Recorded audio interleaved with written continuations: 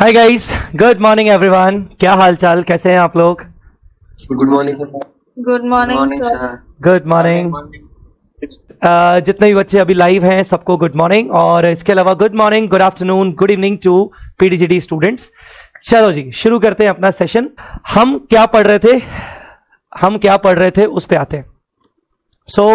हमारा जो चैप्टर चल रहा था इंट्रोडक्शन टू इंड एएस, उस पे हमारी बातचीत चल रही थी और हम इसके पहले तक यहां तक पहुंच गए थे। इंड एएस का नंबरिंग कैसे होता है वहां तक हम पहुंच गए थे।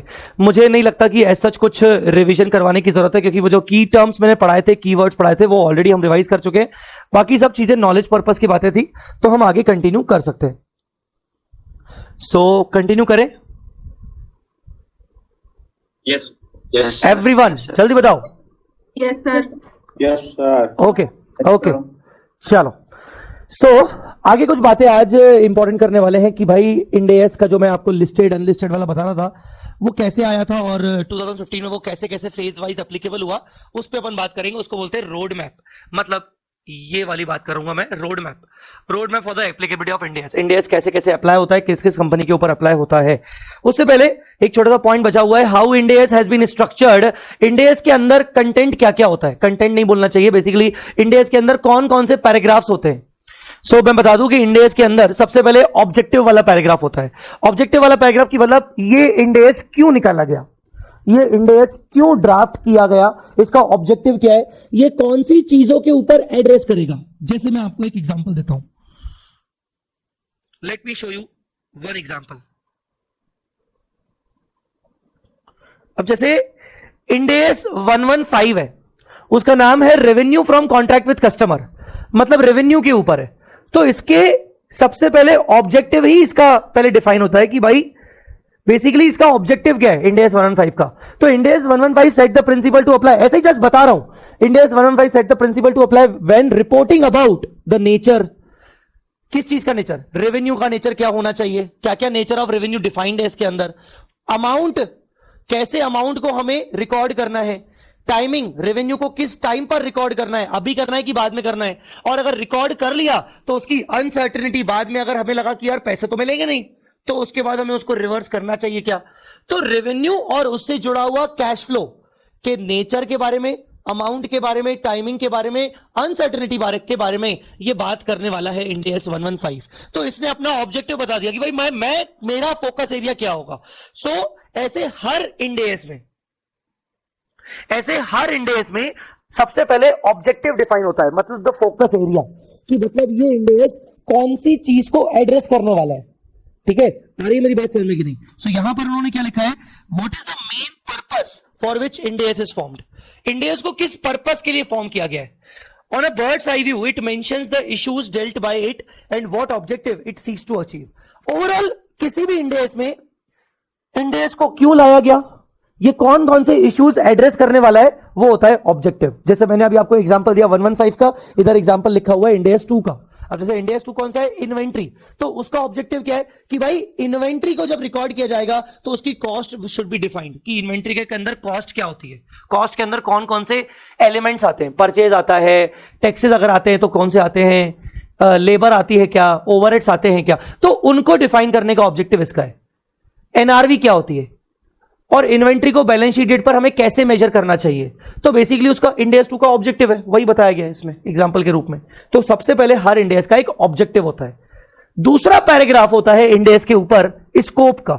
अब ऑब्जेक्टिव डिफाइन हो गया, बट उसके अंदर यह आता है कि अब ये इंड एएस किस किस एंटिटी के ऊपर अप्लाई होने वाला है, कौन सी कंपनी के ऊपर अप्लाई होने वाला है। जैसे मैं आपको एक दूसरा, मैं अब आपको सब ये सब एग्जांपल के रूप में देने वाला हूं। तो फॉर एग्जांपल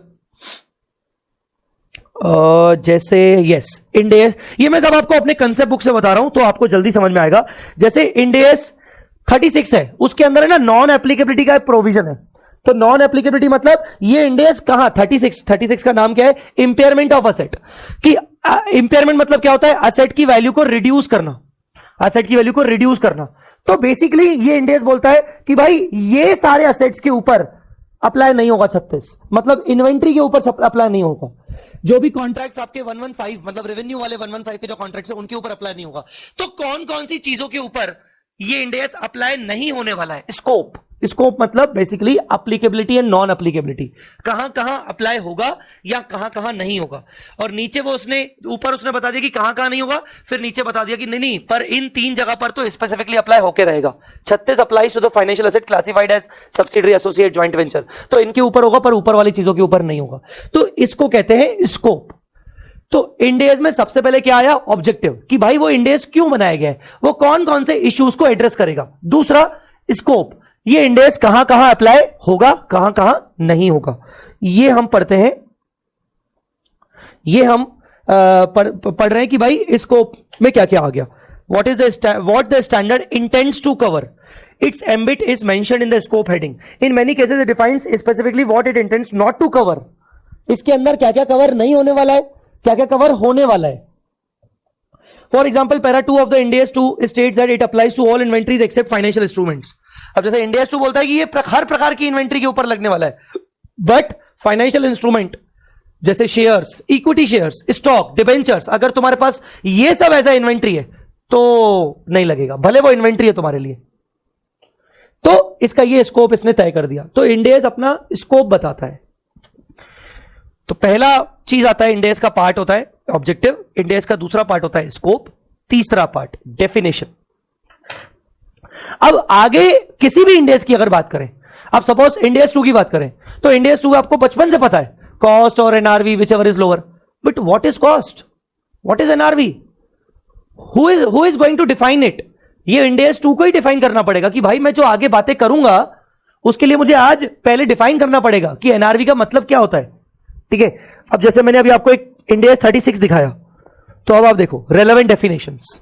इंडेस 36 के अंदर रेलेवेंट डेफिनेशन है कि भाई कैरिंग अमाउंट का मतलब क्या होता है, कैश जनरेटिंग यूनिट का मतलब क्या होता है, क्योंकि ये सब टर्म्स आगे यूज होंगे 36 के अंदर, तो वो सब डेफिनेशन में आ गए। तो इसका तीसरा पार्ट होता है रेलेवेंट डेफिनेशंस बताना, हर चीज को, हर कीवर्ड को डिफाइन करना जो कि बहुत ज्यादा इस इंडेस के अंदर यूज होने वाला है। वो हर इंडेस की डेफिनेशंस आती है।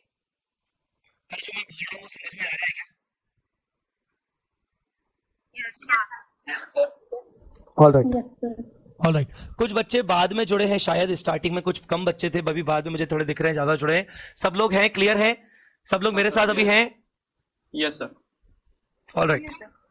मैं अभी आया हूँ। आप अभी आए हो तो बस हम यहीं से पढ़ना शुरू हुए थे, जो भी अभी आए हैं मैंने यहीं से पढ़ाना शुरू किया कि इंडेस स्ट्रक्चर कैसे होता है, इंडेस के अंदर कौन कौन सी चीजों के बारे में लिखा होता है। एक ऑब्जेक्टिव होता है, मतलब बेसिकली इंडेस का पर्पस, इंडेस क्यों बनाया गया, उसका ऑब्जेक्टिव क्या है, बेसिकली वो कौन सी चीजों को टारगेट करने वाला है। स्कोप, कहां एप्लीकेबल होगा कहां नहीं होगा, कौन कौन सी चीजों के अंदर एप्लीकेबल होगा। डेफिनेशन, उस पर्टिकुलर इंडेस के अंदर जो भी बातें होने वाली है, ट्रीटमेंट होने वाले हैं, मेजरमेंट्स होने वाले हैं, उसके अंदर एक बहुत इंपॉर्टेंट टर्म्स यूज होंगे, तो उन टर्म्स को डिफाइन करने के लिए इंडेस के अंदर डेफिनेशन वाला पार्ट होता है। The next part is the content of the standard, ये मेन पार्ट होता है। कंटेंट मतलब अब स्टैंडर्ड यहां से शुरू हो रहा है, बताना शुरू कर रहा है अपनी बातें कि भाई जैसे इंडेस 2 है इन्वेंट्री, वो बताना शुरू कर रहा है कि बेसिकली इन्वेंट्री का मेजरमेंट कैसे होना चाहिए, कॉस्ट और NRV whichever is lower.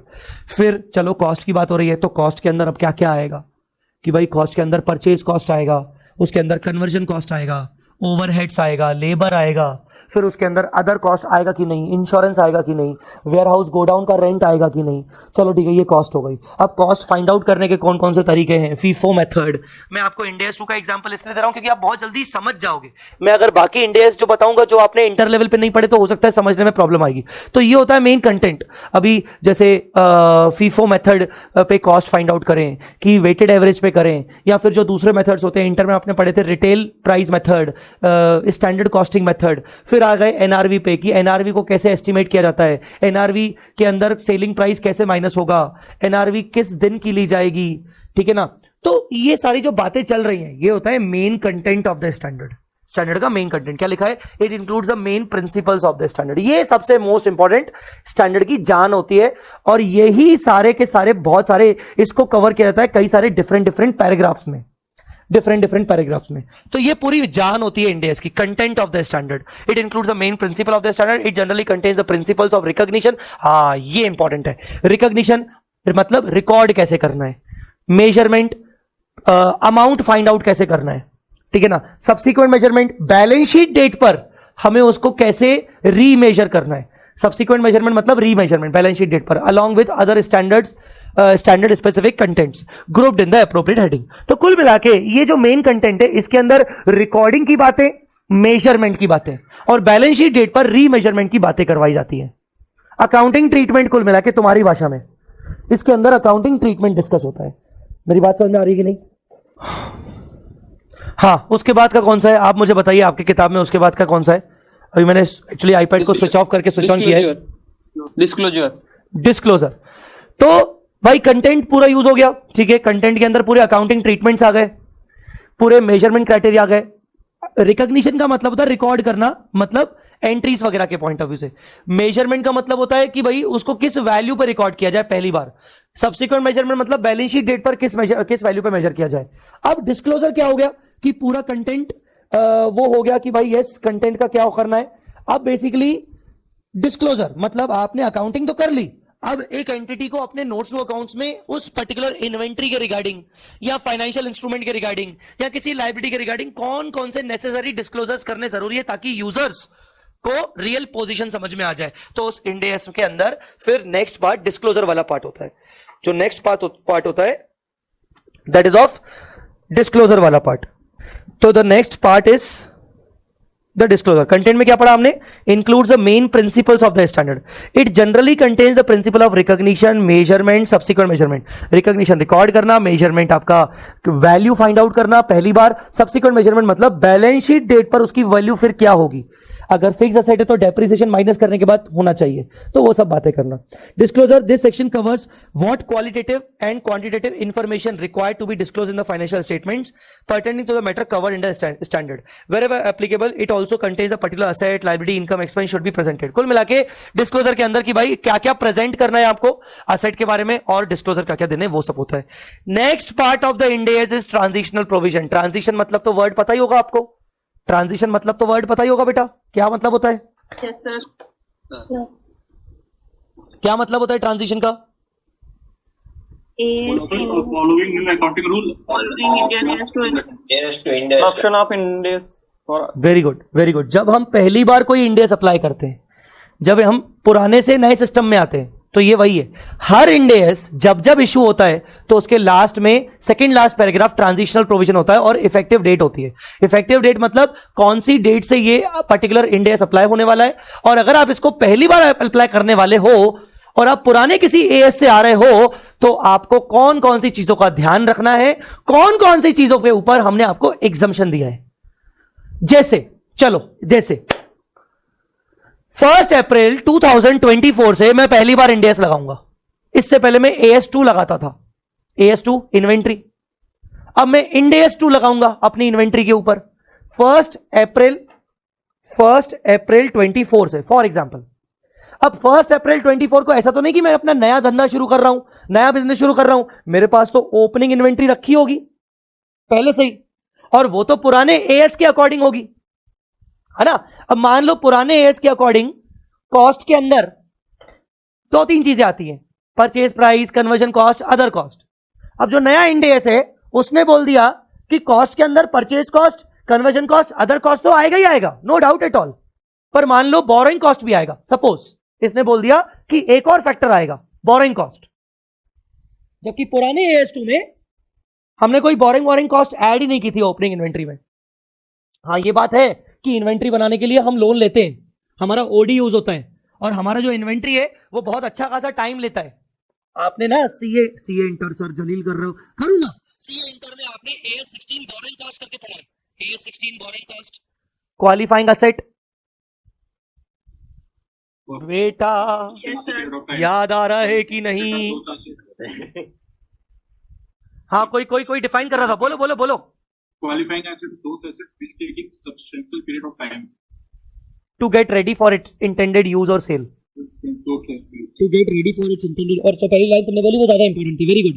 Substantial time, कोई भी ऐसी एसेट जो अच्छा खासा समय ले, generally a period of 12 months, ऐसी कोई भी एसेट जो कि बनने में, रेडी होने में टाइम ले। कितना time? Substantial time. Substantial time generally 12 महीने। मान लो मेरी इन्वेंट्री क्वालिफाइंग एसेट है, टाइम लेती है।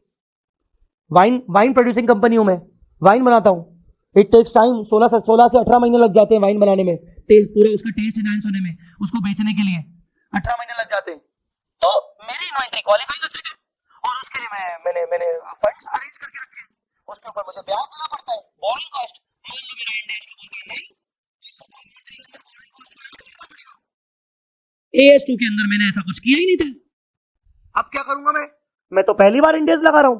मान लो इंडेक्स टू ने बोल दिया कि नहीं नहीं नहीं, आपको अपनी ओपनिंग इन्वेंट्री में इंटरेस्ट ऑन बोरोइंग कॉस्ट को ऐड करना पड़ेगा।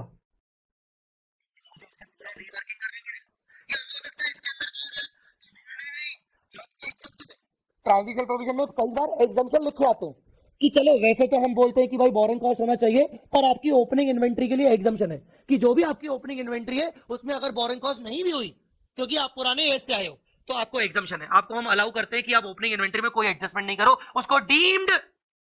उसको डीम्ड कॉस्ट एज पर इंडेस मान लो, पर अब से लेकर जो भी नई इन्वेंट्री खरीदोगे उसके ऊपर तो आपको लगाना पड़ेगा। तो ये सब क्या है? ये सब ट्रांजिशनल प्रोविजन है। ट्रांजिशनल प्रोविजन में वो बताता है कि जब तुम पहली बार किसी असेट लायबिलिटी को इंड एस में लेके आ रहे हो तो क्या तुम्हें कोई एडजस्टमेंट्स करने हैं क्या, तुम्हें कोई उस टाइम पे कोई एडजस्टमेंट्स करने हैं क्या? इफ यस तो वो ट्रांजिशनल प्रोविजन में लिखे होंगे, नहीं करने हैं, कुछ एग्जम्पशंस दिए हैं तो वो भी ट्रांजिशनल प्रोविजन में लिखे होंगे। बच्चों मेरी बात समझ में आ रही है कि नहीं? जल्दी बोलो। Yes, sir. Yes, sir. Yep. That is called transitional provision. Transitional provision के ऊपर हर इंड एस के अंदर कुछ ना कुछ लिखा होता है, पर एक इनका सबका बड़ा बाप है, इंड एस 101। उसका नाम ही है first time adoption of Ind S, कि जब तुम पहली बार सारे इंड एस पहली बार अप्लाई करोगे तो उस टाइम पे तुम्हें हर इंड एस के ट्रांजिशनल प्रोविजन की तो सुननी है, फिर अंत में तुम्हें मेरे पास आना है, मैं तुम्हें बताऊंगा कि अल्टीमेटली कैसे कैसे फॉलो करना है। तो वो एक 101 की बातें यहां पर तुम्हें दिख रहेगा, कहीं पर लिखी होंगी। तो ये होता है transitional provision. Last but not the least, appendices या अपेंडिक्स वगैरह इसको बोलते हैं। बेसिकली जो मैं कल आपके साथ बात कर रहा था, याद होगा आपको कि हर स्टैंडर्ड के बाद में उसके अपेंडिक्स लगे होते हैं। IFRS के अंदर इफ्रिक होते हैं, इफ्रिक इंटरप्रिटेशन के लिए, गाइडेंस नोट वगैरह के लिए, कोई चीज को डिफाइन करना है, विथ एग्जांपल देना है, तो बेसिकली उसके इफ्रिक्स होते हैं।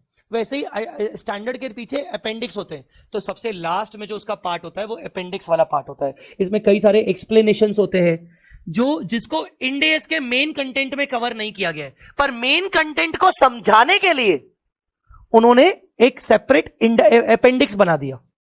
मेन कंटेंट को समझाने के लिए उन्होंने एक अपेंडिक्स बना दिया जिसके अंदर कई सारे आपको एक्सप्लेनेशंस मिलेंगे, कुछ कुछ चीजों को समझाने के लिए आपको कई सारी गाइडेंस मिलेंगी कि इसको कैसे अप्लाई करना है इंड एस को, ठीक है ना। कुछ टर्म्स को और ज्यादा अच्छे से डिफाइन किया जाएगा विथ एग्जांपल, डेफिनेशन तो ऊपर थी पर विथ एग्जांपल डिफाइन करने का तरीका। तो ये सब चीजें हैं। इसके अलावा IFRS से क्या क्या उसके डिफरेंसेस हैं वो भी आता है।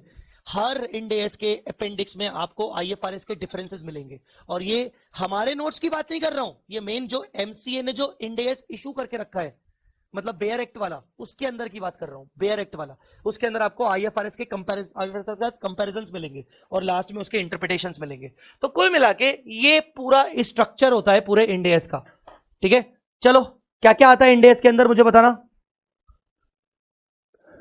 बताना क्या क्या आता है इंड एस के अंदर। ऑब्जेक्टिव कोई भी बोल सकता है, जल्दी जल्दी बोलो। स्कोप, वेट, स्कोप में क्या होता है? स्कोप में क्या होता है? किस एंटिटी पे ये अप्लाई होगा?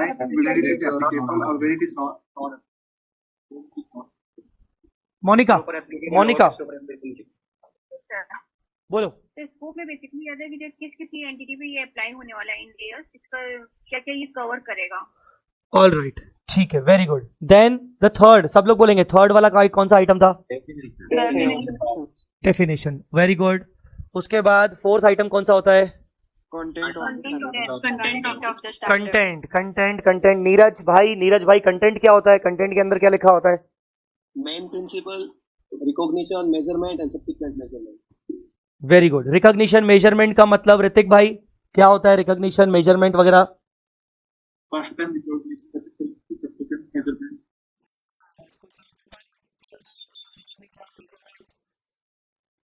रिकॉग्निशन मींस कैसे रिकॉर्ड करेंगे, मेजरमेंट मींस उसकी फर्स्ट टाइम वैल्यू क्या होगी, और subsequent measurement means balance sheet date पे किस वैल्यू पे रिकॉर्ड करेंगे। Very good. चलिए, तो मेन कंटेंट हो गया। कंटेंट के बाद क्या आता है बेटा? Disclosure. Disclosures. Very good, disclosures. उसके बाद क्या आता है बेटा? ट्रांजिशनल प्रोविजंस और उसका इफेक्टिव डेट, कि वो पर्टिकुलर इंड एस कौन सी डेट से अप्लाई होगा। और last but not the least क्या आता है? Last appendix. अपेंडिक्स के अंदर क्या क्या होता है बच्चों?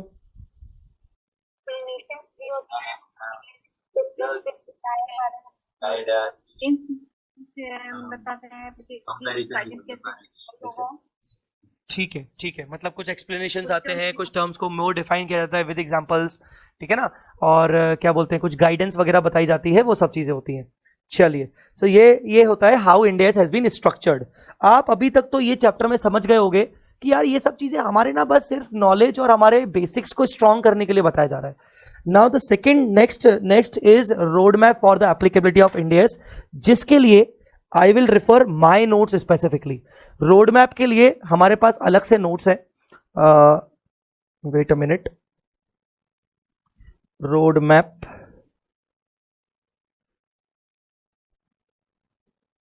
मैं एडवांस में आपको शेयर कर देता हूं, बाद में आप रेफर कर सकते हो। सो रोड मैप ऑफ इंडियस, जब इंडियस आया था तो उसकी कैसे एप्लीकेबिलिटी करवाई गई थी, उसको बोलते हैं रोड मैप ऑफ इंडियस। सुनना बहुत ध्यान से, थोड़ा सा इंटरेस्टिंग है, हालांकि थोड़ा सा पुराना वाला पार्ट है जो ऐसा रेलेवेंट नहीं है, पर कुछ कुछ पोर्शन इंटरेस्टिंग भी है। ध्यान से आप सुनिएगा। इंडिया सबसे पहले 2015 में आया। हम सब जानते हैं कि भाई उसका जो नोटिफिकेशन डेट है वो 16 फरवरी 2015 था। जब इंडियस आया तो 39 इंडियस लेके आया, साथ में 39 इंडियस लेके आया। उस टाइम पर इंडियस 115 और 116 नहीं थे, पर अब 115 116 हो चुके हैं, तो मैंने इंक्लूडिंग लिखा है। जब 2015 में आया था तो 115 नहीं था, 116 नहीं था, वो 114 लास्ट था उस टाइम पर। तो दो इंडेक्स उसके बाद आए, मतलब 2015 के बाद। अब देखो तुम, अभी तक सिर्फ 2 स्टैंडर्ड अभी नए आए हैं अभी तक, ठीक है। जब वो आया था तब उस टाइम पर बैंकिंग कंपनीज के ऊपर अप्लाई नहीं होता था, इंश्योरेंस के ऊपर अप्लाई नहीं होता था, इवन एनबीएफसी के ऊपर भी अप्लाई नहीं होता था उस टाइम पर जब आया था। पर नाउ मैं आपको बता दूं कि एनबीएफसी के ऊपर अभी करंटली इंडेक्स अप्लाई होता है, उस टाइम पर अप्लाई नहीं होता था, ठीक है। अब जब फर्स्ट टाइम इंडेक्स आया तो इसको ऐसा नहीं बोला गया कि भाई सभी को इंडेक्स लगाना पड़ेगा, नहीं तो तकलीफ हो जाती, दिक्कत हो जाती। इन्होंने ना एक कंप्लायंस करने के लिए, इंडेक्स को अप्लाई करने के लिए इन्होंने फेजेस डिफाइन किए, फेज 1 फेज 2।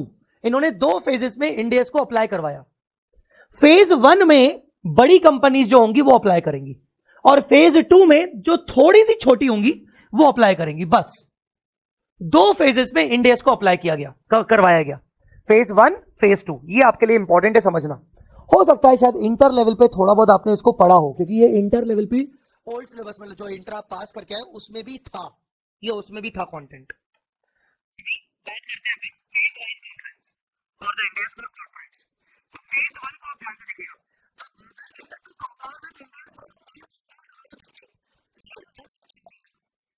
कि जो भी कंपनीज इस फेज में आएंगी उनको इंडेक्स अप्लाई करना पड़ेगा 1 अप्रैल 2016, 1 अप्रैल 2016 से, 1 अप्रैल 2016 से they are going to apply the index.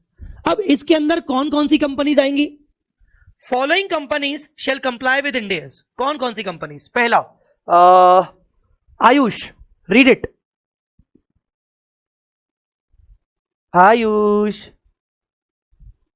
Sir, in accordance with clause of the sub-rule 1 of Rule 4 of the company's Indian Accounting Standard Rule 2015. वैसे point number 1 पढ़ना था, कोई बात नहीं, वैसे पहला पॉइंट पढ़ना था। Sorry sir. Company listed in process of listing, except company listed on an SMW exchange, on stock exchange in India or outside India, having net worth of 500 crore or more. ठीक है, ठीक है। ऐसी कोई भी company जो listed है या लिस्टिंग की प्रोसेस में, पर वो अगर एसएमई एक्सचेंज में लिस्टेड है तो नहीं। एसएमई एक्सचेंज एक सेपरेट होता है, एक मेन एक्सचेंज होता है, और एक स्मॉल एंड मीडियम इंटरप्राइजेस के लिए एक सेपरेट एक्सचेंज होता है। अगर आपकी company small and medium entity है और वो एसएमई एक्सचेंज में लिस्टेड है तो नहीं, उसके ऊपर इंडेक्स नहीं लगेगा। तो मेन स्टॉक एक्सचेंज में अगर लिस्टेड हो या लिस्टिंग की प्रोसेस के लिए अप्लाई कर दिया है चाहे वो स्टॉक एक्सचेंज इंडिया में है चाहे इंडिया के बाहर है, और नेटवर्थ तुम्हारी 500 करोड़ या उससे ज्यादा है, नेटवर्थ तुम्हारी 500 करोड़ या उससे ज्यादा है, तो तुम्हारे ऊपर इंड एस 1 अप्रैल 2016 से अप्लाई हो जाएगा। तो पहले फेज में कौन सी कंपनीज को लिया गया? कुल मिला के लिस्टेड कंपनीज को लिया गया जिनकी नेटवर्थ 500 से ऊपर है। सर कल तो आप कुछ बोल रहे थे कि सर लिस्टेड कंपनी तो हर प्रकार की लिस्टेड कंपनी आ गई। रुको ना यार, अभी ये फेज 1 है, अभी हम फेज 2 पे भी आएंगे। तो फेज 1 में सिर्फ उन लिस्टेड कंपनीज को लिया गया जिनकी नेटवर्थ 500 करोड़ या उससे ज्यादा है। Second unlisted companies having net worth of more equal to और मोर देन 500 करोड़। वो पहली पॉइंट में लिस्टेड आ गया, दूसरी पॉइंट में आ गया अनलिस्टेड कंपनीज। मतलब कहीं ना कहीं ये सिर्फ बड़ी बड़ी कंपनीज को टारगेट कर रहे हैं जिनकी नेटवर्थ 500 करोड़ से ज्यादा है या 500 करोड़ टच है, पर छोटी कंपनीज को फॉलो नहीं कर रहे, 500 से नीचे वालों को वो फेज 1 में ला ही नहीं रहे। तो तुम भी अनलिस्टेड कंपनी हो चलेगा, तुम्हारी अगर नेटवर्थ अगर 500 करोड़ से ज्यादा है या 500 करोड़ टच है तो तुम्हें भी इंडिया से अप्लाई करना पड़ेगा 1 अप्रैल से। द डेट इज 1 अप्रैल। और लास्ट, होल्डिंग कंपनी हो या सब्सिडरी हो या ज्वाइंट वेंचर हो या associate companies of the above, मतलब तुम्हारे ऊपर अगर इंडेस लग रहा है तो तुम्हारी सब्सिडरी के ऊपर, तुम्हारी एसोसिएट के ऊपर, तुम्हारी ज्वाइंट वेंचर के ऊपर, सबके ऊपर लगेगा। ये पॉइंट अपन डिस्कस कर चुके हैं तो इसलिए मैं बार बार रिपीट नहीं कर रहा हूं, ये अपन डिस्कस कर चुके हैं। इन तीनों में किसी को कोई पॉइंट, कोई डाउट? सबको क्लियर है ये पॉइंट्स? Yes sir. इनमें जो मेन समझाने का मेरा रीजन है वो है डेट, बाकी हम पढ़ चुके हैं। मोर ओवर डेट है आपकी। तो पहली बार इंडेस इंडिया में अप्लाई हुआ था 1 अप्रैल 2016 से। अब मैं तुमसे कुछ सवाल पूछने वाला हूं। अगर पहली बार 1 अप्रैल 2016 से हुआ था, कोई भी बोल सकता है 1 अप्रैल 2016 से हुआ था, तो tell me first Ind AS year कौन सा हुआ? 1/4/2015 1/4/15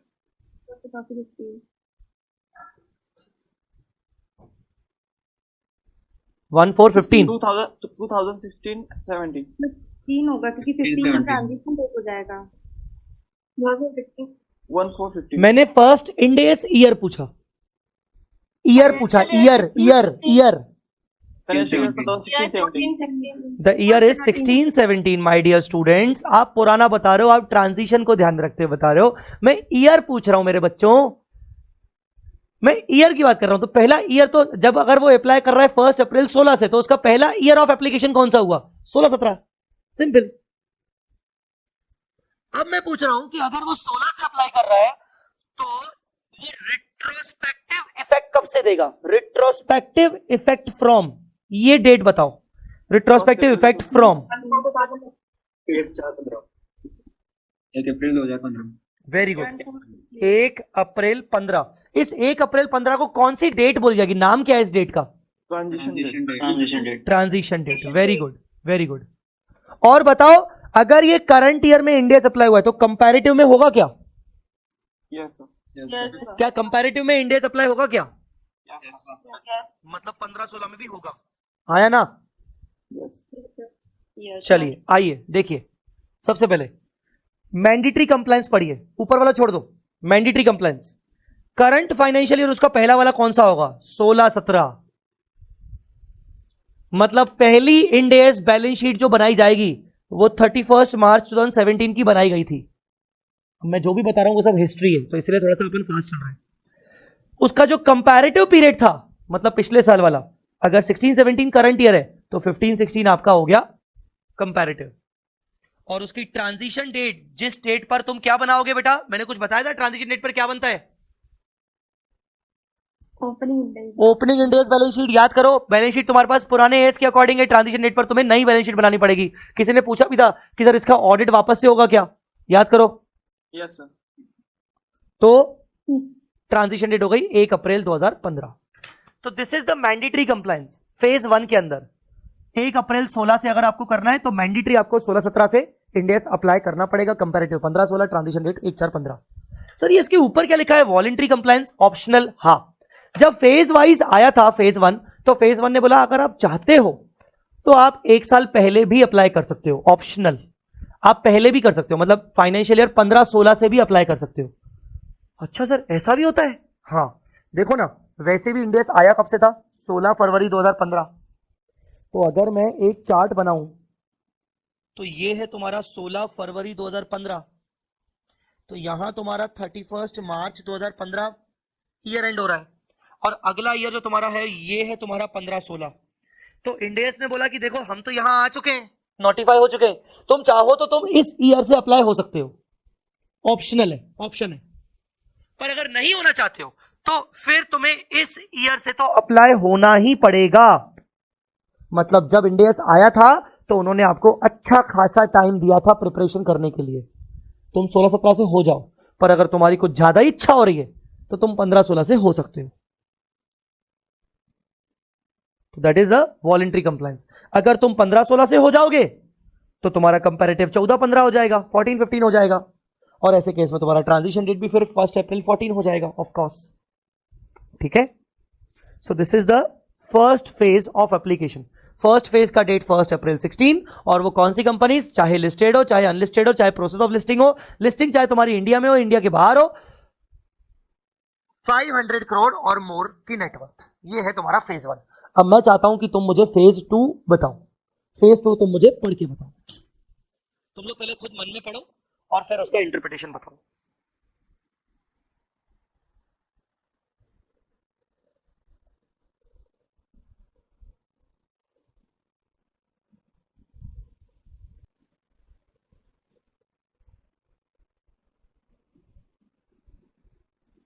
So can I? Done sir. किसने बोला कहना है? मैं नीरज। हाँ बोल भाई नीरज।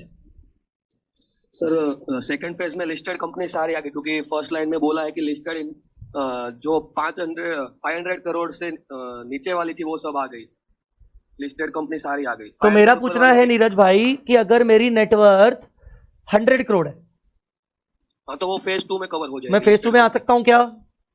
Yes sir. अच्छा, मेरी नेटवर्थ नेगेटिव है, नेगेटिव नेटवर्थ हो सकती है, असेट माइनस लायबिलिटी, लायबिलिटी ज्यादा है, तो भी फेज, हाँ तो भी फेज 2, तो भी फेज 2। Very good. तो मतलब फेज 2 में दुनिया भर की सारी लिस्टेड कंपनीज आ गई जिनकी नेटवर्थ 500 करोड़ के नीचे। अब चाहे 1 रुपए की हो, चाहे 100 रुपए की हो, चाहे 100 करोड़ की हो, चाहे 500 करोड़ के नीचे कुछ भी हो, चाहे नेगेटिव हो, सारी लिस्टेड कंपनीज आ गई, राइट? Yes sir. चलो आगे बोलो नीरज। सेकंड अनलिस्टेड कंपनी वो वाली जो 500 करोड़ से नीचे की नेटवर्क है लेकिन 250 करोड़ से ज्यादा की है। ठीक है, तो मेरी नेटवर्थ है 200 करोड़, मेरी नेटवर्थ है 200 करोड़, तो नहीं आएगी, फेज 2 में भी नहीं आएगी। फेज 2 में भी नहीं आएगी, तो मैं कौन से फेज में आऊंगा? मेरे ऊपर इंडेक्स लगेगा कि नहीं लगेगा? नहीं लगेगा, अनलिस्टेड कंपनी के ऊपर 250 करोड़ या उससे ज्यादा कभी लगेगा। ठीक है, तो मेरे ऊपर क्या लगेगा? एएस। एएस लगेगा। Very good. Unlisted company having net worth of more than 250 crore but less than 500 crore, more than और equal to 250 crore but less than 500 crore. ठीक है, तीसरा क्वेश्चन पूछने की जरूरत नहीं, सबको पता होगा, होल्डिंग सब्सिडरी एसोसिएट जेवी ऑफ द अबव, इन सबके होल्डिंग सब्सिडरी जेवी वगैरह आ गए। सबको यहां तक क्लियर है पॉइंट? तो ये जो वॉलंटरी कंप्लायंस है फेज 2, ये डेट तो किसी ने बताई नहीं नीरज यार, तुमने डेट तो बताई नहीं, कौन सी डेट से अप्लाई होगा ये? 1 अप्रैल 2017। Very good. मैंडेटरी है, मैंडेटरी होगा ये 1 अप्रैल 17 से, मतलब पहला फेज मैंडेटरी कब से हुआ था? 1 अप्रैल 16, दूसरा फेज आपका आ गया 1 अप्रैल 17 से। ये आपका मैंडेटरी वाला पॉइंट है जो यहां से अप्लाई होगा। क्या वॉलंटरी हो सकता है क्या 1 साल पहले? क्या वॉलंटरी 1 साल पहले हो सकता है? हो सकता है, वॉलंटरी भी हो सकता है 1 साल पहले। मतलब मैंडेटरी अगर 17-18 है तो वॉलंटरी कैन बी 16-17। ठीक है, ट्रांजिशन डेट उसके अकॉर्डिंग डिसाइड हो जाएगी, ट्रांजिशन डेट उसके हिसाब से रहेगी। बेटा is it clear? Is it done?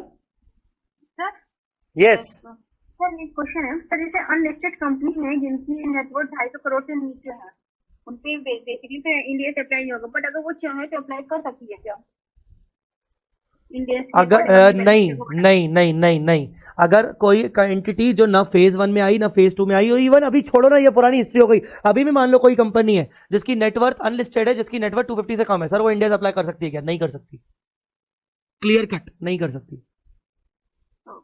ठीक है, समझा बेटा सबको? Yes sir. Yes sir. Sir sir net worth बोल रहे हो आप, किस दिन की नेटवर्थ देखनी है सर? किस दिन की नेटवर्थ देखनी है? कौन सी नेटवर्थ देखनी है? तो इंडेस ने कह दिया तू नेटवर्थ देखेगा 31 मार्च 2014 की, वो भी स्टैंड अलोन वाली, कंसोलिडेशन वाली नहीं, stand alone separate financial statements की 31 मार्च 2014 की। और अगर उस दिन की तेरे पास नेटवर्थ नहीं है 250 करोड़ 250 500, तो उसके अगले सालों में जब भी होती रहेगी तब की, जैसे 31 मार्च 2014 में मेरी नेटवर्थ 400 करोड़ है, तो ये बैठ के मैं चुप नहीं हो जाऊंगा, मैं बोलूंगा ठीक है लेट्स सी, अभी तो 400 है।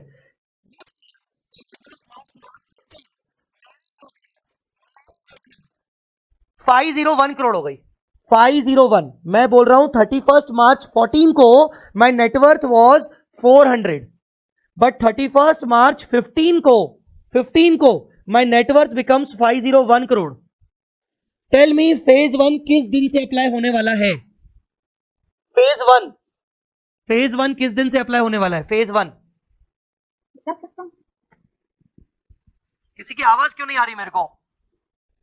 16 17 मैं दिन बोल रहा हूं, दिन डेट बोल रहा हूं, डेट 1 अप्रैल 16। वेरी गुड, 1 अप्रैल कहां लिखा है? ये रहा 1 अप्रैल 16। तो सुनो बहुत मजे की बात कि सबसे पहले तो तुम नेटवर्थ 31 मार्च 14 की चेक करोगे।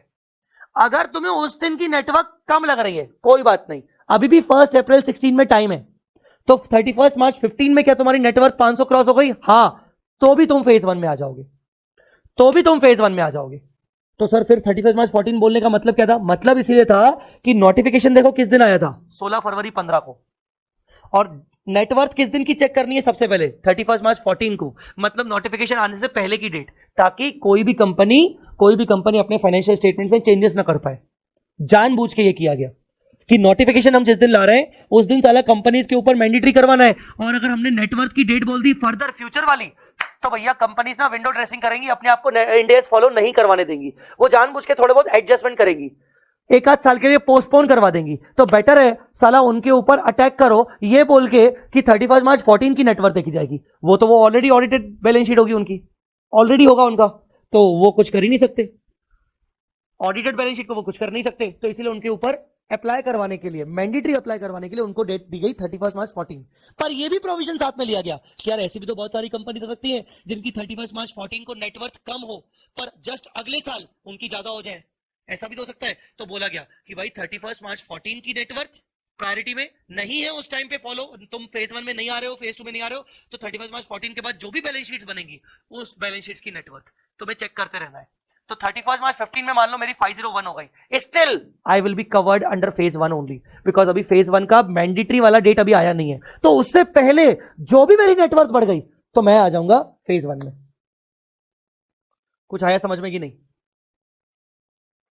यस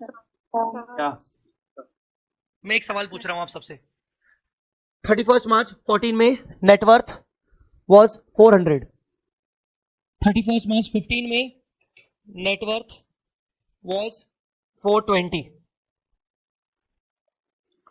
31 मार्च 16 में नेटवर्थ बिकम 501 करोड़। बताओ मैं फेज 1 में हूं कि फेज 2 में हूं? फेज 2। सोचो ध्यान से, फेज 1 की डेट कब से अप्लाई हो रही है? फेज 1 की डेट कब से अप्लाई हो रही है? 1 अप्रैल 16। फेज 1 सर, 16 से पहले क्या नेटवर्थ किसी भी तरीके से 500 करोड़ क्रॉस हो चुकी है क्या? 1 अप्रैल 16 से जस्ट पहले क्या मेरी नेटवर्थ क्रॉस हो चुकी है क्या? यस सर, हाँ या ना? फेज 1 बेटा, phase 1 still I am into phase 1 because 31 March 16 पे मेरी क्रॉस हो गई, I have to follow phase 1 in any way, समझा? अगर यहां 499 होता, चलो अब बोलो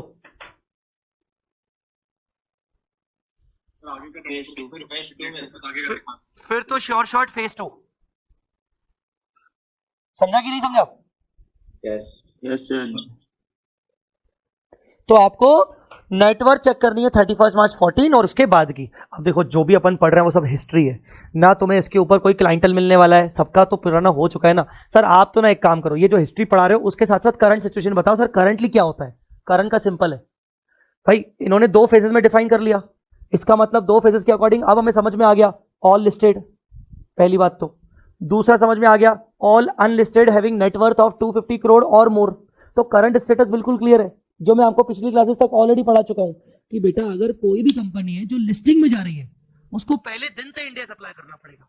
कोई भी कंपनी है जो अनलिस्टेड कंपनी है जिसकी नेटवर्थ एक बार बस 250 से 250 टच हो जाए, अगले साल से उसको किसी भी हाल में इंडिया लगाना पड़ेगा। ये करंट सिचुएशन है, ये आपके क्लाइंट्स के लिए अभी करंट सिचुएशन ये है। पुराना क्या तुम अभी अपन रियल लाइफ में क्या अप्लाई कर पाएंगे इस चीज को? कुछ भी अप्लाई नहीं कर पाएंगे, ठीक है।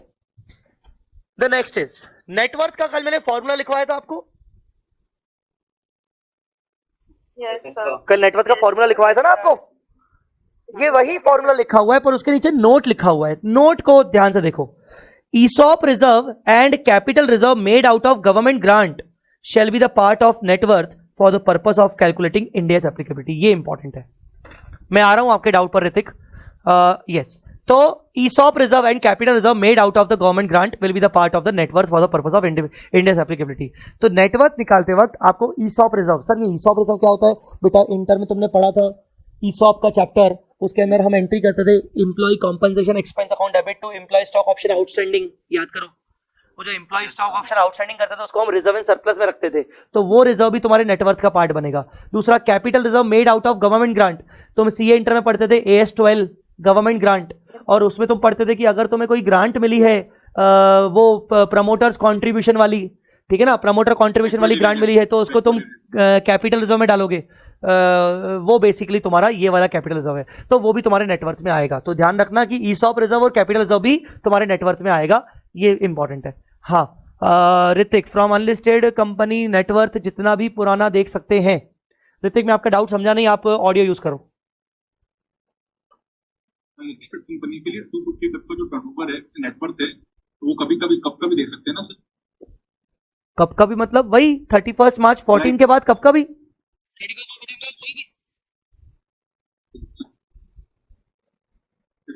ठीक है।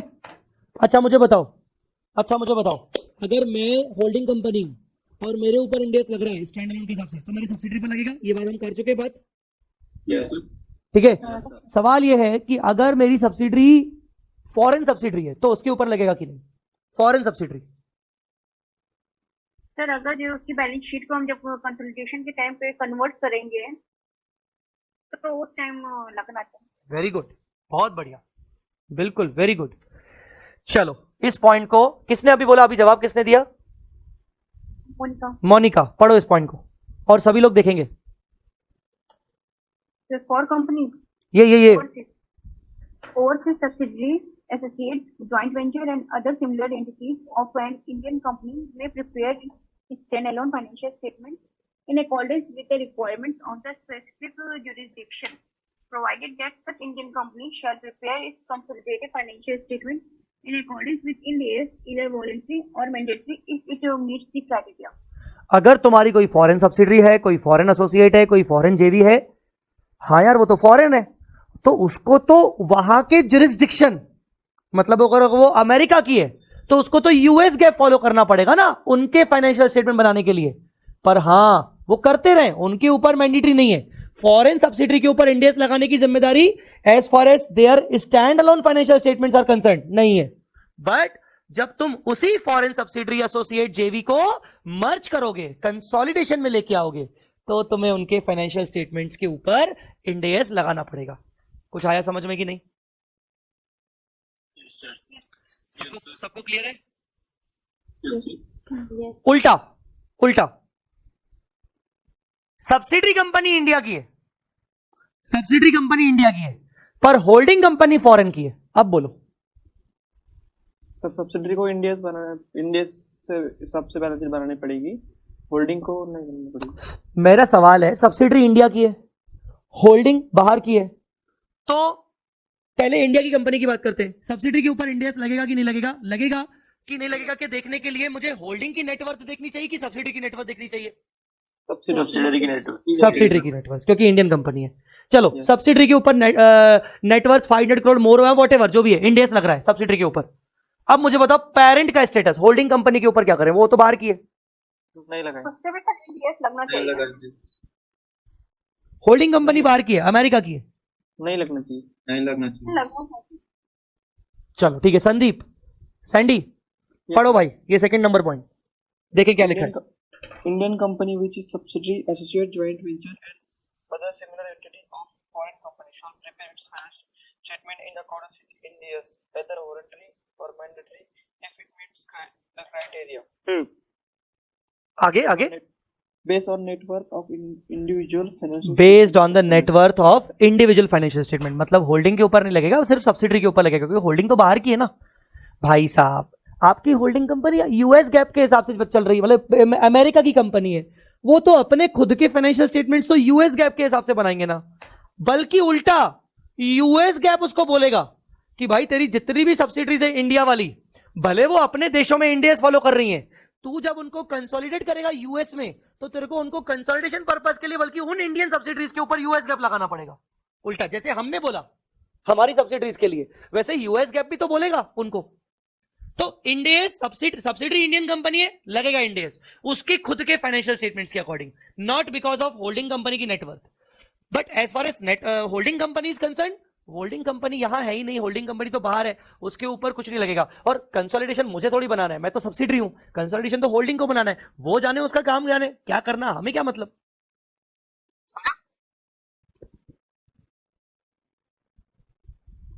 बोलो भाई समझा क्या? Yes, sir, yes. तुम लोग जवाब देने में बहुत टाइम लगाते हो, ऐसा मत करो। Listing status shall be checked only in the first year of Indians. Sir मतलब एक कंपनी लिस्टेड थी, बाद में अनलिस्टेड हो गई, एक कंपनी लिस्टेड थी, इंडियस लग गया, बाद में अनलिस्टेड हो गई, और अनलिस्टेड होते वक्त उसकी नेटवर्थ भी 200 करोड़ है। अब बताओ सर, इंडियस हटा दे? नहीं सर, लगाना पड़ेगा। लगाना पड़ेगा। बताया था कि एक बार लिख के Ind AS once applied shall always be applied, Ind AS once applied shall always be applied. ठीक है, ये बहुत जबरदस्त है, इस पे केस स्टडी है, मैं अभी आपसे इस पे सवाल पूछने वाला हूं। ये वाला point, subsidiary associate JV status shall be checked only in the first year of India's financial statement, in the first year of India's financial statement, subsidiary associate JV shall be checked only in the first year of India's financial statement। मेरा सवाल आपसे ये है कि जैसे phase 1 आ रहा है 16-17 से, ठीक है ना, फेज 1 16-17 मतलब 1 अप्रैल 2016 से आ रहा है। नेटवर्थ मुझे देखनी है 31 मार्च 14 पे। मान लो 31 मार्च 14 पे मेरी नेटवर्थ थी 600 करोड़। बताओ मैं फेज 1 में आ गया? सिंपल क्लियर, मैं फेज 1 में आ गया। हाँ, और अगर मैं फेज 1 में आ गया तो मेरे सब्सिडरी कंपनीज भी आ गए। Yes sir. अब मेरे पास 3 सब्सिडरीज हैं, subsidiary A, subsidiary B, subsidiary सी। मेरे पास 3 सब्सिडरीज हैं, कब से? 31 मार्च 14 से। तो 31 मार्च 14 में मेरी इंडिविजुअल नेटवर्थ 600, मेरी सब्सिडरीज है, उनके नेटवर्थ से मुझे कोई मतलब नहीं है, क्योंकि उनके ऊपर तो इंडियस लगेगा ही लगेगा, इररिस्पेक्टिव। अब subsidiary A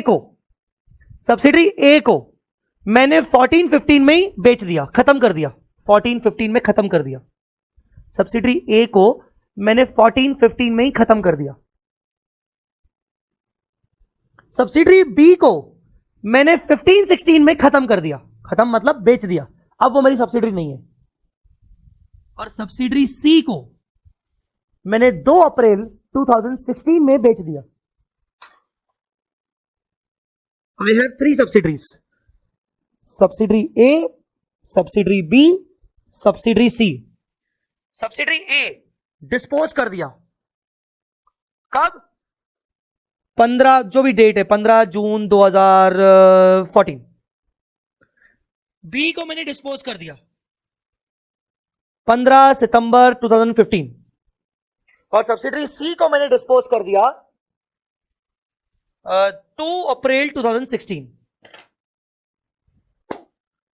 all my 3 subsidiaries are disposed of. अब वो मेरी सब्सिडरीज नहीं बची, मैं पेरेंट कंपनी हूं, 600 नेटवर्थ है, मुझे तो इंडेस लगाना है। मेरी 3 सब्सिडरीज थी उस टाइम पर 31 मार्च में, तो कायदे से मेरे 3 सब्सिडरीज के ऊपर इंडेस लगना चाहिए फर्स्ट फेज में से। पर फर्स्ट फेज शुरू कब हो रहा है, मैं आपको हिंट देता जा रहा हूं। फर्स्ट फेज शुरू हो रहा है 1 अप्रैल 16। उससे पहले पहले ही या उसके बाद में भी, ये वाली डेट देखो, और उसके पहले पहले ही मैंने सब्सिडरीज को डिस्पोज ऑफ कर दिया। अब वो मेरी सब्सिडरीज कंपनीज नहीं है। ये वर्ड लिखा है subsidiary associate JV status shall be checked only in the first year of Ind AS financial statement. मुझे बताओ सब्सिडरी ए के ऊपर इंड AS लगेगा कि नहीं? नहीं लगेगा। Very good. क्यों नहीं लगेगा?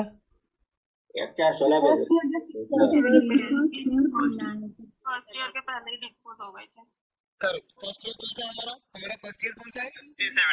16-17। आपको तो भाई साहब 1 अप्रैल 16 पे चेक करना है आपके पास कोई सब्सिडरी है कि नहीं, उसी पे लगेगा बस। तो बताओ, चलो अब बहुत सिंपल हो गया। सब्सिडरी ए के ऊपर इंड AS लगेगा कि नहीं लगेगा? नहीं लगेगा। द आंसर इज नहीं लगेगा बेस्ड ऑन होल्डिंग। पर अगर इसकी खुद की इंडिविजुअल नेटवर्थ 500 से ऊपर है तो अलग बात है, पर बेस्ड ऑन होल्डिंग नहीं लगेगा। राइट? एम आई राइट? हाँ, सब्सिडरी भी लगेगा कि नहीं लगेगा? नहीं लगेगा क्योंकि फर्स्ट ईयर अभी आपका 16-17 है। बताओ जी सब्सिडरी सी लगेगा। सर सब्सिडरी सी की नेटवर्थ, सब्सिडरी सी जो है वो अनलिस्टेड है और नेटवर्थ है 100 और आपने डिस्पोज किया है 2 अप्रैल को। बताओ लगेगा कि नहीं लगेगा? लगेगा। बेचारी सब्सिडरी बोलेगी फंसा दिया साले तूने, मेरे को बेच भी दिया, अब मेरी नेटवर्थ भी 250-250 से कम है तो भी मेरे को लगाना पड़ा है क्योंकि 1 तारीख को मैं तेरी सब्सिडरी थी। लगेगा इसमें। समझा क्या? चलो वेरी गुड। तो आपको स्टेटस चेक करना है फर्स्ट ईयर के अंदर। आपको फर्स्ट ईयर से पहले आपकी वो सब्सिडरीज थी उसका स्टेटस आपको चेक नहीं करना है, ध्यान रखिएगा। आई होप आपको ये पॉइंट समझ में आ गया होगा। बोलो ना यार।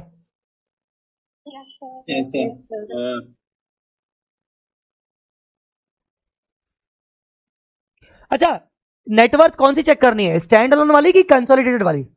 Stand alone. और अगर स्टैंड अलोन वाली चेक करनी है तो फिर इंड AS भी स्टैंड अलोन पे ही लगेगा ना, कंसोलिडेशन पे फिर नहीं लगेगा। मतलब स्टैंड अलोन वाली नेटवर्थ वाली देखी, हाँ अप्लाई कर दो इंड AS, पर जब मैं कंसोलिडेशन बनाऊंगा तो मैं AS के अकॉर्डिंग कंसोलिडेशन बना सकता हूं। राइट? नहीं? चलो ठीक है, इसको पढ़ो। मैं ही पढ़ देता हूं। Ind AS once required to be complied with in accordance with companies Indian Accounting Standard Rule 2015 shall apply to both standalone and consolidated financial statements. ठीक है? क्लियर? नेक्स्ट इस पॉइंट में वही लिखा है कि नेटवर्थ आपको 31 मार्च 14 की देखनी है और एग्जिस्टिंग कंपनी जो कि आगे चल के फर्स्ट टाइम बना रही है अपनी बैलेंस शीट 31 मार्च 14 के बाद, उसकी नेटवर्थ उसके बाद की देखनी है अगर आपको 31 मार्च 14 की नेटवर्थ नहीं है तो। ऑलराइट, आप एक काम करो,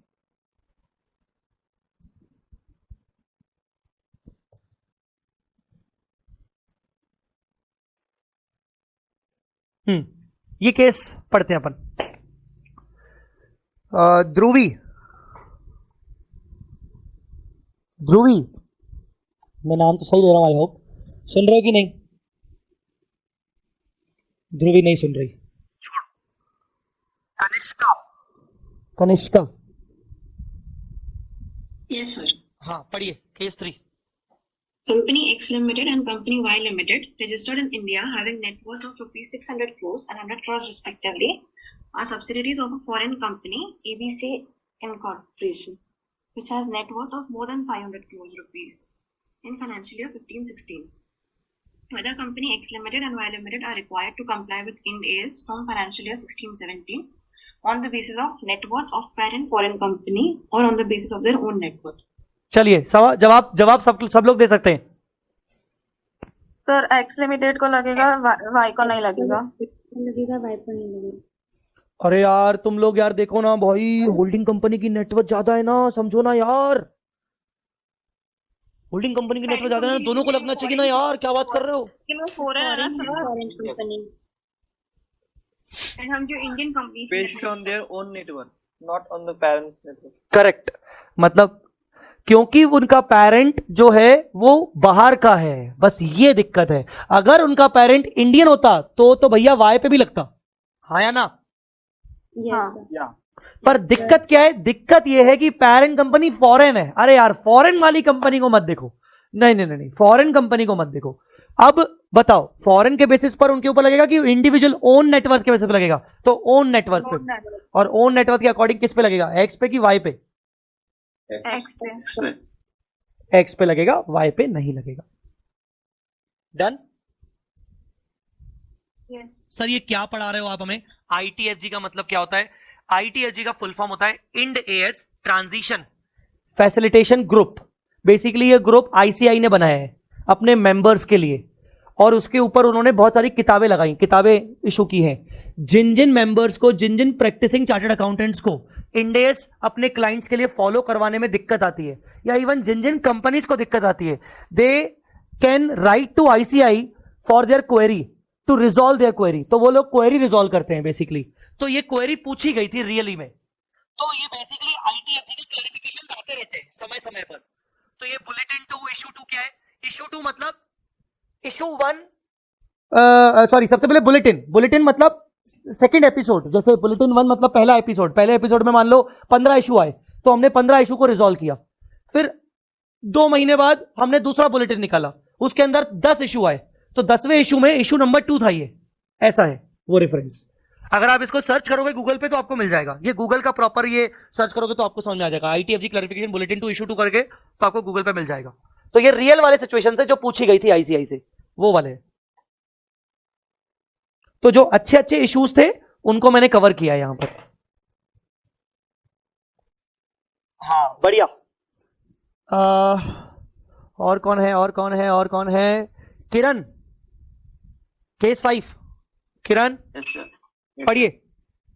A Limited is the first time adopted of Ind AS. It has incorporated a partnership form with B Limited, namely measures A and B associate. Whether Ind AS will be applicable to measures A and B associate by virtue of the fact that Ind AS is applicable to A Limited. भाई साहब, ए limited है, उसके ऊपर तो index लग रहा है first time adopter है। ए लिमिटेड ने एक पार्टनरशिप फॉर्म ओपन की बी लिमिटेड के साथ मिलकर, और ए लिमिटेड उसमें पार्टनरशिप है, पार्टनर है। बताओ, measures A and B partnership firm के ऊपर इंडेक्स लगेगा कि नहीं लगेगा? No, never. No, sir. Partnership company लगेगा। नहीं लगेगा, इंडिविजुअली नहीं लगेगा। No, never. पर जब ए लिमिटेड, सपोज अब ए लिमिटेड उसमें पार्टनर है, सपोज उसका 60% हिस्सा है, और 60% हिस्सा है तो 50% ज्यादा है, तो कंसोलिडेशन तो करना पड़ेगा, क्योंकि कंसोलिडेशन के रिक्वायरमेंट में ए लिमिटेड के ऊपर मैंडेटरी है कि वो भले पार्टनरशिप ही क्यों ना है, उसको कंसोलिडेशन करना पड़ेगा। तो जब ए लिमिटेड पार्टनरशिप फर्म को कंसोलिडेट करेगा तो क्या करना पड़ेगा? कंसोलिडेशन। कुछ समझ में आ रहा है मैं क्या बोल रहा हूं? एनीवेज, पार्टनरशिप फॉर्म पे yes नहीं लगेगा, बट अगर जब कंसोलिडेशन के टाइम हम बनाएंगे बैलेंस शीट, तब हमें इंडिया से अप्लाई करना पड़ेगा, ताकि जो है बैलेंस शीट में जो है तो पॉइंट ही रहे। करेक्ट। बस कंसोलिडेशन पर्पस के लिए हमें पार्टनरशिप फर्म के फाइनेंशियल स्टेटमेंट्स को थोड़ा सा इंडियस के अकॉर्डिंग मैच करना पड़ेगा। बाकी पार्टनरशिप फर्म के ऊपर इंडिविजुअली अप्लाई नहीं होगा। क्यों नहीं होगा? क्योंकि पार्टनरशिप फर्म एक कंपनी नहीं है, एक इंडिविजुअल कंपनी नहीं है, ये एक सेपरेट लीगल एंटिटी नहीं है, तो पार्टनरशिप फर्म के ऊपर नहीं लगेगा। ध्यान रखिएगा इस चीज को। ये अच्छा केस था, ये केस पूछा गया था। ITFG clarification bulletin 11, 7th number issue.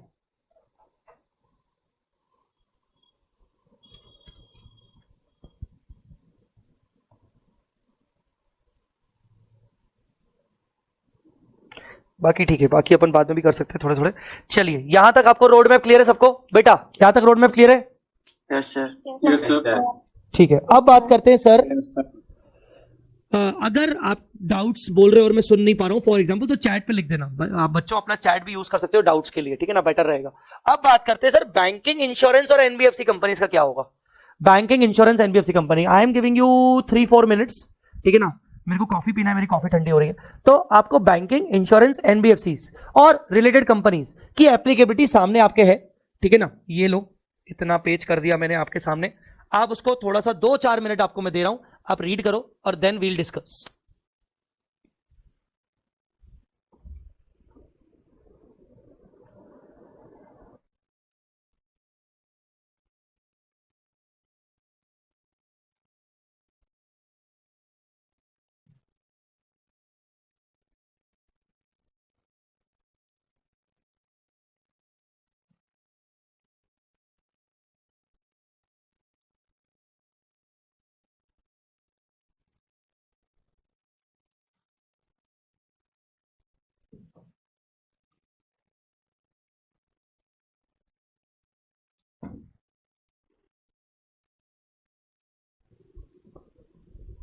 Yes, पढ़ा गया? यस हाँ, कुछ कुछ समझा? Yes, sir. Yes, sir. Normal companies के लिए इंडिया शुरू हो गया था 16-17 या फिर 17-18। अब 18-19 से किसके लिए? ये सब लोगों के लिए 18-19 और 19-20। तो पूरा सीक्वेंस आपको कैसे याद रखना है कि भाई 16-17 phase 1, 17-18 phase 2, 18-19 you can say phase 3 for all these companies and 19-20 is the phase 4 for another further NBFCs. ठीक है, सबसे पहले ऑल इंडिया। हाँ, मैं चाहूंगा कि कोई समझाए तो बेटर है, आप सब पढ़ चुके हो तो बेटर है। जो अभी तक नहीं क्लास में बोला है तो मैं उसकी बात करूं। कौन और है? लिप्ता करके एक बच्ची दिख रही है, मितांशी, लिप्ता, जो भी अवेलेबल हो आप में से। Anybody who is available? Yes, Mitanshi. पहले तो all India term lending financing institutions का 1 अप्रैल 2018 से। हाँ बेटा, आपकी थोड़ी वॉइस ना क्लियर नहीं है। ठीक है, चलेगा, आगे बढ़ो। जो कि मैंडेटरी उसके लिए एप्लीकेबल हो जाएगा। ठीक है, ये ऑल इंडिया टर्म लेंडिंग में एक्सपोर्ट इंपोर्ट बैंक्स आते हैं, नाबार्ड आते हैं, SIDBI, ये सब आते हैं। All India term lending financial institutions, इनके ऊपर मैंडेटरी। ठीक है बेटा, ओके नेक्स्ट। उसके बाद NBFC का नेटवर्क 500 करोड़ से ज्यादा है, 500 करोड़ या 500 करोड़ से ज्यादा है, उनके लिए 1 अप्रैल 2018 से लगेगा। और उनके रिस्पेक्टिव तो उनके ऊपर भी 1 अप्रैल। मतलब ये तो सर वैसा ही हो गया फेज 1 की तरह, ये तो सेम वैसा ही हो गया। Yes, sir. एवरीवन, ये फेज 1 की तरह हो गया। Yes, sir. करेक्ट। हाँ, उसके बाद जो NBFC है 500 करोड़ से कम है, 500 करोड़ से कम हो और लिस्टेड है, उन पे लगेगा 1 अप्रैल 2019 से। और अनलिस्टेड NBFC है जिनकी नेटवर्थ 250 करोड़ से ज्यादा और 500 करोड़ से कम है, उन पे लगेगा। करेक्ट। ये सेम वैसा ही फेज 2 की तरह हो गया, सब कुछ वैसा ही का वैसा।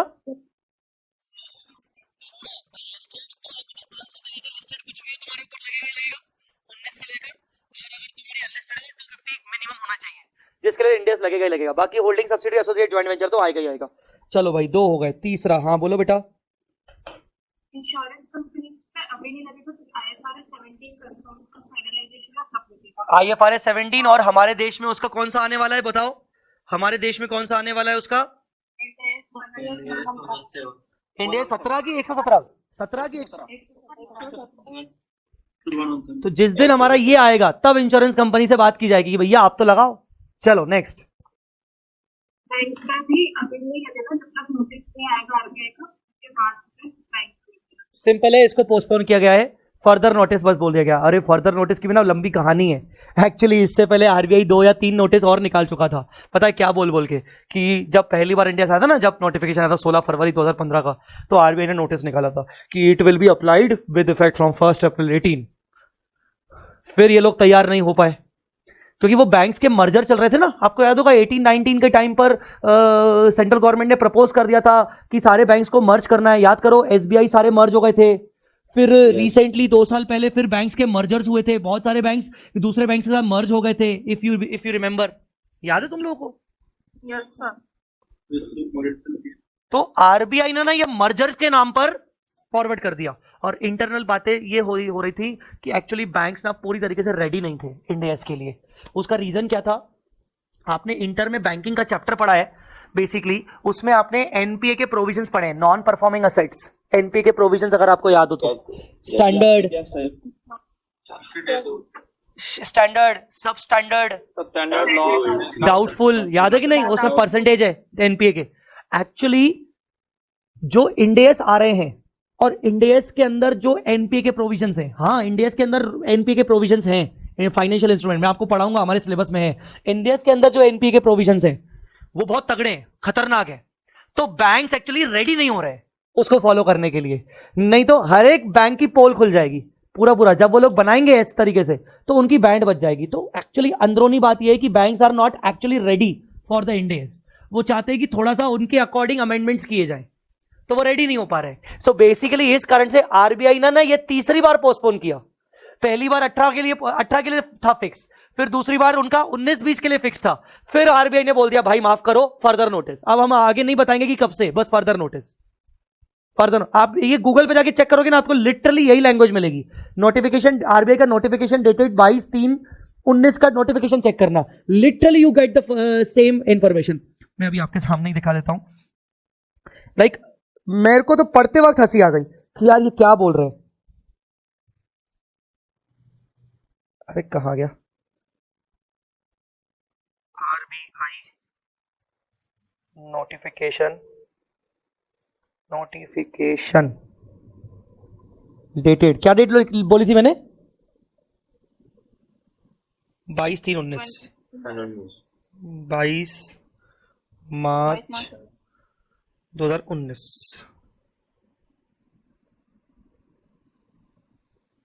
थोड़ा ढूंढना पड़ सकता है ऑफ कोर्स, अगर मिल गया एक बार तो ठीक है, नहीं तो अपन छोड़ देंगे।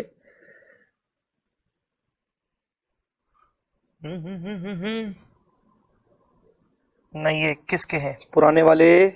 हाँ ये नीचे 22/3 मई आ गया, अप्रैल आ गया, मार्च 25 नहीं, अबे 22 मार्च का इधर से हटा दिया,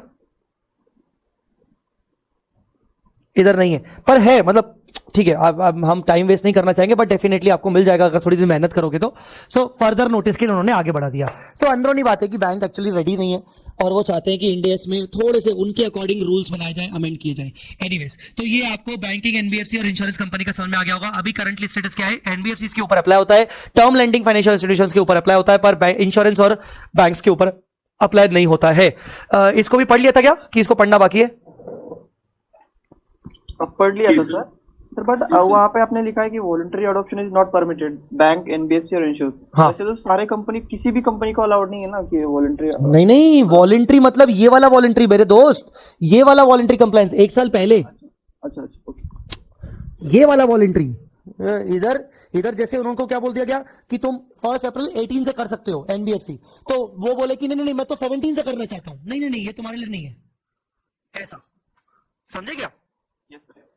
दूसरा, entities not covered in the road map shall continue to apply accounting standard at present, जैसे कि RRBs, banks, insurance companies, unlisted companies जिनकी नेटवर्थ 250 करोड़ से कम है, listed entities on SME exchange, ये सारी कंपनीज क्या लगाने वाली हैं? Continuously accounting standards. हाँ, प्रियंका का डाउट आया सर फिर क्या अप्लाई होगा या नहीं, ऐसे बैंक्स पर क्या लगता है आपको? मेरा जो पर्सनल मानना है, बैंक के ऊपर अप्लाई होना तय है इंडेस, वो तो बस ये है कि ये लोग पोस्टपोन कर रहे हैं। इंडेस आएगा, लगना तय है, ये श्योर शॉट है, because so many banks are listed companies and banks being the listed companies definitely public interest उसमें रहता है, और पब्लिक इंटरेस्ट के साथ साथ फॉरेन इन्वेस्टमेंट का भी रहता है। अब इंडेस का पर्पस क्या था? हम कल परसों से क्या पढ़ रहे हैं कि भाई ग्लोबल अकाउंटिंग स्टैंडर्ड्स हमें डेवलप करने, सभी जगह पर एक जैसे होने चाहिए ताकि इन्वेस्टर्स को अकाउंटिंग लैंग्वेज समझ में आए। अब साला बैंक्स भी तो एक one of the most important channel है हमारे भारत का, तो अगर उसके ऊपर आप इंडेस नहीं लगाओगे तो कैसे चलेगा? तो लगेगा, लग के रहेगा, कुछ भी हो जाए। हां, इंटरनल पॉलिटिक्स के चक्कर में अगर मान लो इंडेस के अंदर कुछ अमेंडमेंट किए गए तो एक अलग बात है, वो हो सकता है, पर लगेगा। तो एनीवेज, ये that was the road map for bankings and all. इसके अलावा अब मैं आपको, ये हमारा हो गया रोड मैप। वापस अपन चैप्टर पे आते हैं जो मैंने आपको पढ़ाया। So basically road map we covered for listed entities, we covered phase 1, जो फेज 1 है वही मैंने आपको पढ़ाया। ये फेज 1 का वही एप्लीकेशन है, 15, 16, 17 वॉटएवर, कैसे कैसे आपको देखना है, उसको यहाँ पर अलग तरीके से मैंने बस टेबल फॉर्म में रखा है। फेज 2 हमने पढ़े चीजों को, फेज 2 का एप्लीकेबिलिटी कैसे होगा, किस तरीके से होगा, वगैरह वगैरह। मैं आपको एक छोटा सा होमवर्क देना चाहता हूं पढ़ के आने को आपकी इसी किताब से।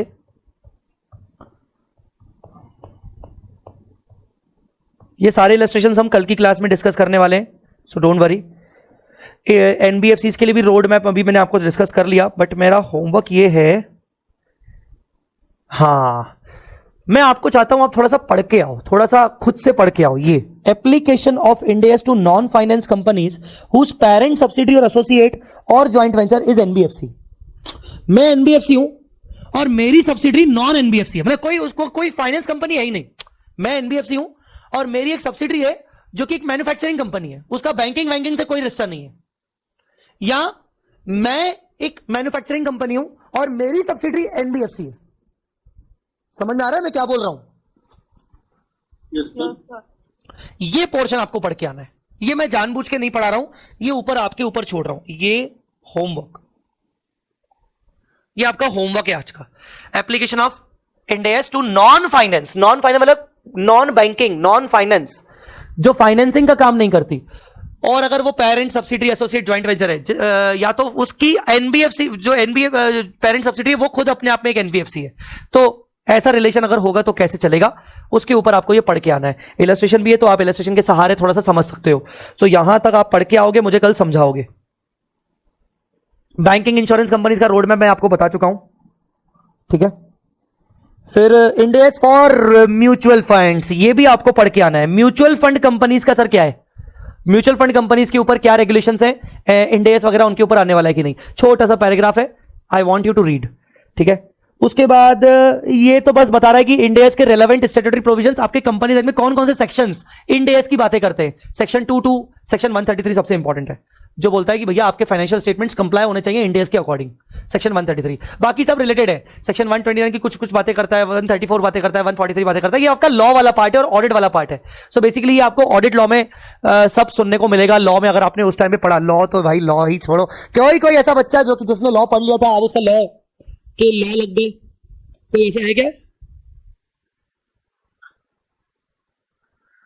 तुम में से किसी ने बच्चे ने लॉ पढ़ के रखा था पहले से ही,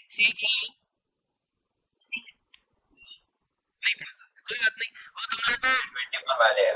हाँ मैं 24 वाले, हाँ, उसमें नहीं है, पर वो सेल्फ पेस्ड मॉड्यूल के लिए तो पढ़ना ही पड़ेगा ना सर, उसमें भी पढ़ना पड़ेगा सेल्फ पेस्ड मॉड्यूल में। Correct correct. तो ये सब चीजें तुम्हारे लॉ वाला पार्ट है, सेल्फ पेस्ड मॉड्यूल के लिए तुम्हें पढ़ना पड़ सकता है।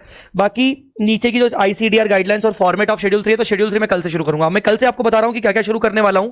आपको सिर्फ ये होमवर्क दे रहा हूं, आपको सिर्फ म्यूचुअल फंड वाला होमवर्क दे रहा हूं। मेरे हाथ में मैं क्या रख रहा हूं अपने पास, मेरे हाथ में मैं सारे इलस्ट्रेशन रख रहा हूं, मेरे हाथ में सारे इलस्ट्रेशन है, मतलब मुझे कल इलस्ट्रेशन एक के बाद सब डिस्कस करने, and then we will start with, हमारे कल के लेक्चर में ही वी विल स्टार्ट विथ ये शेड्यूल 3, हम शेड्यूल 3 शुरू कर देंगे। तो आपको मैं छोटा सा होमवर्क दे रहा हूं, कल करके आओ, और कल की क्लास में मैं सारे क्वेश्चंस करवाऊंगा जो मॉड्यूल के हैं, और मैं शेड्यूल 3 पढ़ाऊंगा, ठीक है, चलेगा? Yes sir. कोई डाउट हो तो पूछ के जाइए। नो कॉल का टाइम क्या है? सॉरी ऋतिक, टुमारो टाइमिंग से कल का टाइम भी मोस्ट प्रोबेबली मैं वैसे तो मैसेज कर दूंगा, बट मोस्ट प्रोबेबली 7:30 से 9:30, मतलब कल के लिए भी। ऑलराइट बच्चों, एक बात पूछना चाहूंगा, मैंने हालांकि फर्स्ट डे पे बोला था बट फिर से बोलूंगा। देखो, सबसे पहले मुझे कोई बार बार के फीडबैक्स नहीं चाहिए, पर मैं आपसे ये पूछना चाहूंगा कि आपको जेन्युइनली समझ में आ रहा है ना, सब ठीक चल रहा है ना? Yes sir. ऑलराइट, आपको ऐसा तो नहीं लग रहा ना कि एफआर एक थ्योरी सब्जेक्ट है? मैं सच्ची बोल रहा हूं, मम्मा कसम मैं बोल रहा हूं, एफआर थ्योरी सब्जेक्ट नहीं है, बस शुरू में आपको लगता है, तो थोड़ा सा आपको वेट करना पड़ेगा। अभी तो डर लगी भरोसा है सर आप। मेरे पे भरोसा मत रखो, मेरे साथ साथ आईसीआई पे भरोसा रखो। भरोसा है आईसीआई पे, आईसीआई प्रैक्टिकल पूछता है, प्लीज अब भरोसा रखो।